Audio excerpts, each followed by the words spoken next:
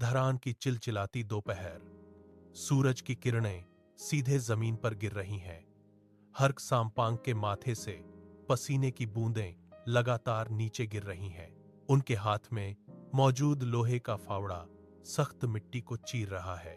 हर एक प्रहार के साथ धूल का गुबार उठता है। उनके चारों ओर सैकड़ों नागरिक एक लय में पत्थर ढो रहे हैं। कोई मिट्टी हटा रहा है तो कोई नहर की गहराई नाप रहा है। यह हर्क का श्रमदान है, एक ऐसा आंदोलन जो केवल भाषणों से नहीं बल्कि हाथों के छालों से बनता है।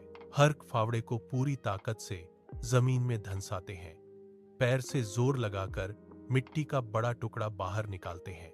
उनके आसपास के लोग भी उसी गति से काम कर रहे हैं। नहर की लकीर धीरे धीरे लंबी होती जा रही है। हर्क रुकते हैं, अपनी हथेली से माथे का पसीना पोंछते हैं और सामने फैली हुई उस अधूरी नहर को देखते हैं। यह उनके संघर्ष का प्रमाण है। हवा में धूल और मेहनत की गंध घुली है। हर्क फिर से फावड़ा उठाते हैं और मिट्टी पर वार करते हैं। यह केवल नहर खोदने का काम नहीं है, यह उनके नेतृत्व की परीक्षा है। हर्क ने फावड़े की मूठ को ढीला छोड़ा। उनके हाथ की नसें अभी भी फड़क रही थीं। उन्होंने अपनी जेब से मोबाइल निकाला।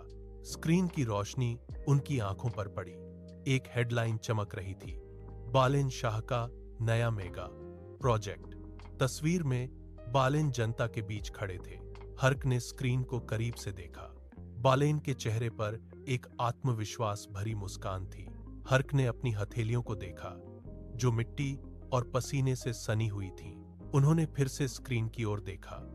बालेन की लोकप्रियता का ग्राफ तेजी से ऊपर जा रहा था।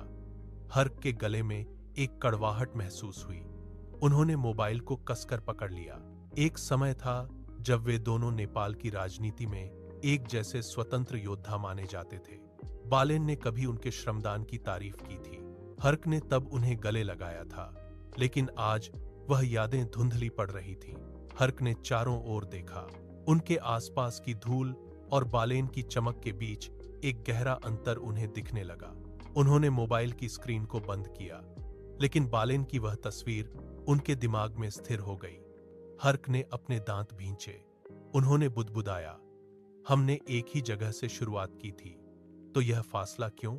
उन्होंने फावड़े को फिर से उठाया, लेकिन इस बार उनके प्रहार में मेहनत कम और बेचैनी ज्यादा थी। वे बालेन की उस सफलता को अपनी आंखों के सामने देख रहे थे। हर्क ने फावड़ा जमीन पर जोर से पटका।